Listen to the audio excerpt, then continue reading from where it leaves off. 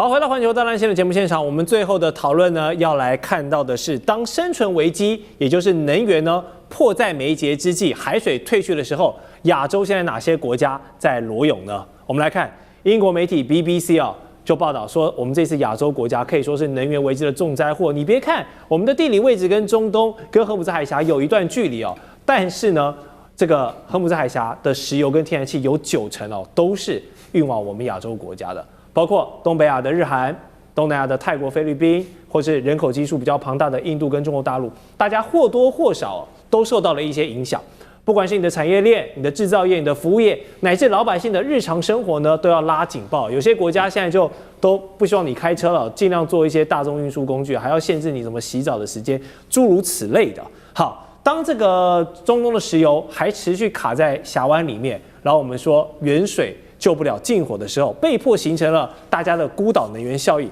那非常時期有非常做法嘛，我們就來看看葉老師，你覺得這件事情会不会讓現在亞洲各國重新來思考一下大家的能源政策，乃至我的外交国際關係可能現在要轉向？以前我們問同學，能源問題是政治問題，還是經濟問題，還是軍事安全問題？那每個人從不同的角度會有不同的答案。對，但现在的問題其實只有一個答案：能源問題就是能源問題。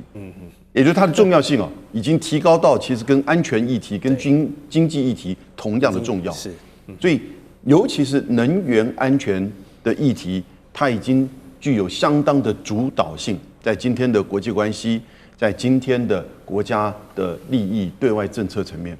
所以能源安全的問題，在這次的戰爭當中啊，更進一步得到確認。所以你看，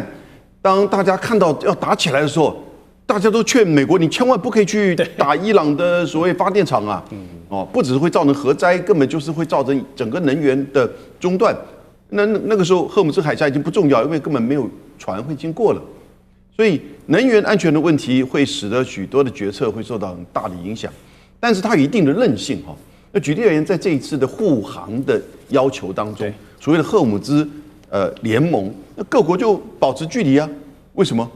我們在護航的行動當中，跟被捲入戰爭，那有兩個議題了。所以，因為能源安全是有一定的韌性，所以它沒有完整的被破壞之前，它其實在避免捲入戰爭層面呢，我們在能源安全層面還是可以去忍受一下。所以我們會有戰略石油的儲備，對啊，或者是說呢，在這個能源的採購上會分散來源。所以這個就是說，在決策上啊，如果你是即時的這個戰爭，川普就不懂了啊！你們都游經過這邊，你為什麼不派船來這邊？那問題是你要把我捲入戰爭，這就不是所謂能源安全要去做護航來去維持的。那另外一個就是各國的哈，有兩個分散，現在開始在去強調。第一個分散，你要分散能源的比例，你不可以過於依賴某一個能源，那這就很重要的。那第二個分散呢，你要分散能源採購的來源。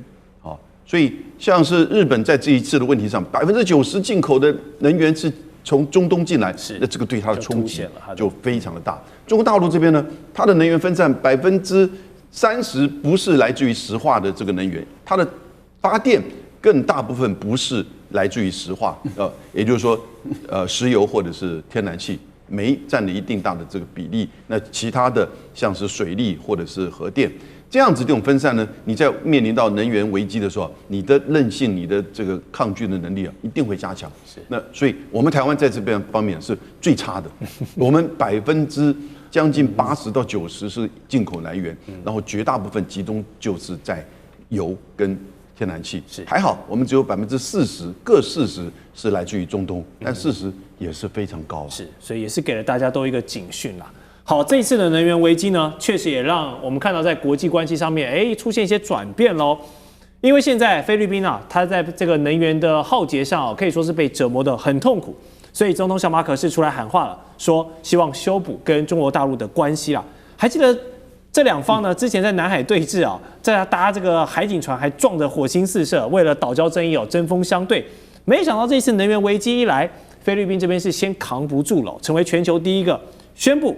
能源緊急狀態的國家。那馬可仕政府當然也是態度180度大轉變嘛，就高喊哇，菲律賓要跟中國大陸關係重置啦，我們要尋求更多的合作，甚至南海的油氣開發這個談判呢，我們是不是該來推進一下？可見哦，餓肚子比什麼都有用。你一旦肚子餓了，不好意思，你的面子呢就要先擺一邊，要先放下。但現在問題是，北京要不要接這個橄欖枝呢？能源變數給了菲律賓一個走下台階的機會，或者是讓中國在之後的南海議題上，是不是拿到了一張王牌了？教授，這不是橄欖枝了，這不是橄欖枝，不是橄欖枝，因為菲律賓就是說一套做一套嘛。小馬可仕在說這句話之前的前2天，他還動員了幾十艘的這個漁船，跑到黃岩礁去。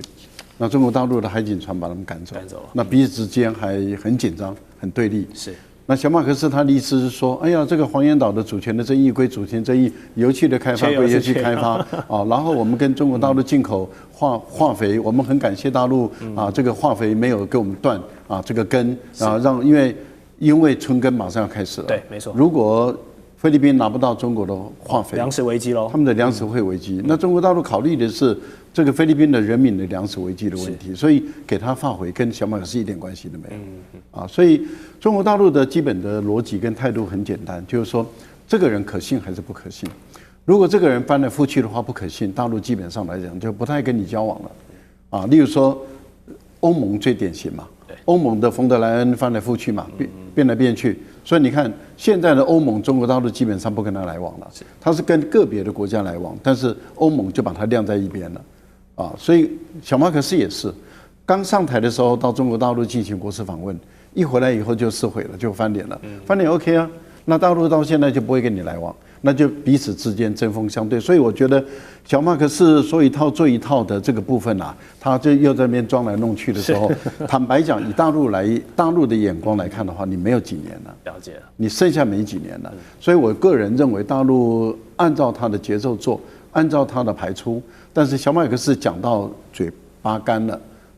口水噴光了，那大陸也是這樣子來看待他。我個人認為小馬可仕沒有牌可以玩了，他也沒有下台階，大陸也不需要給他下台階。那該怎麼走就怎麼走，該怎麼開採油氣就怎麼開採油氣。我個人認為小馬可仕在中國的眼中已經不是一個咖了，就被看破手腳了。他根本不是一個咖，那也不過就是一個跟以杜特地的指控來說的話，他也不過是一個什麼君子而已。了解。好，荷魯斯海峽現在有一個意料之外，但是情理之中的雙重標準現象，就是如果你的船只呢是支持美國跟以色列攻擊行動的國家勢力，那麼你就會被毒死；反之，如果你是伊朗的友好國家，像是中國大陸還是俄羅斯，那麼就而且願意用人民幣來結算石油的話呢，那荷魯斯海峽不僅會歡迎你哦，還可能未來發這個快速通行證的計劃。所以現在德意志銀行給出了一個警告。就是說，這場戰爭呢，現在正在侵蝕石油美元的主導地位啊，成為一個催化劑。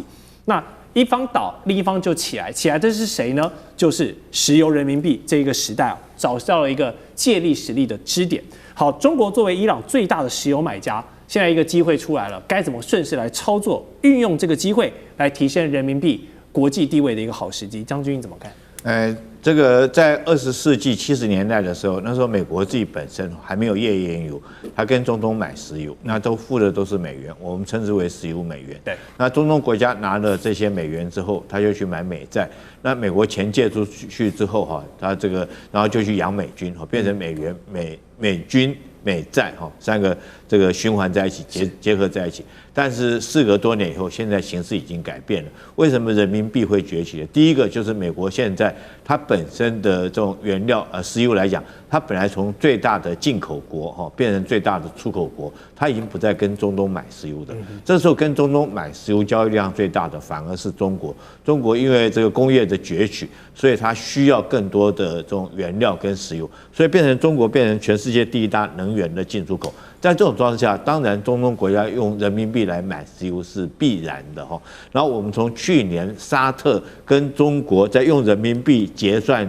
高達45%，這種數據是2023年的翻了1倍，就代表中東地區包括沙特哈，其實都願意用這個人民幣來購買石油。那為什麼要用人民幣購買石油呢？第一個當然是人民幣它穩定跟可靠哈，然後各國都願意要用，因為所以有一句話叫做留得進來，也用得出去啊。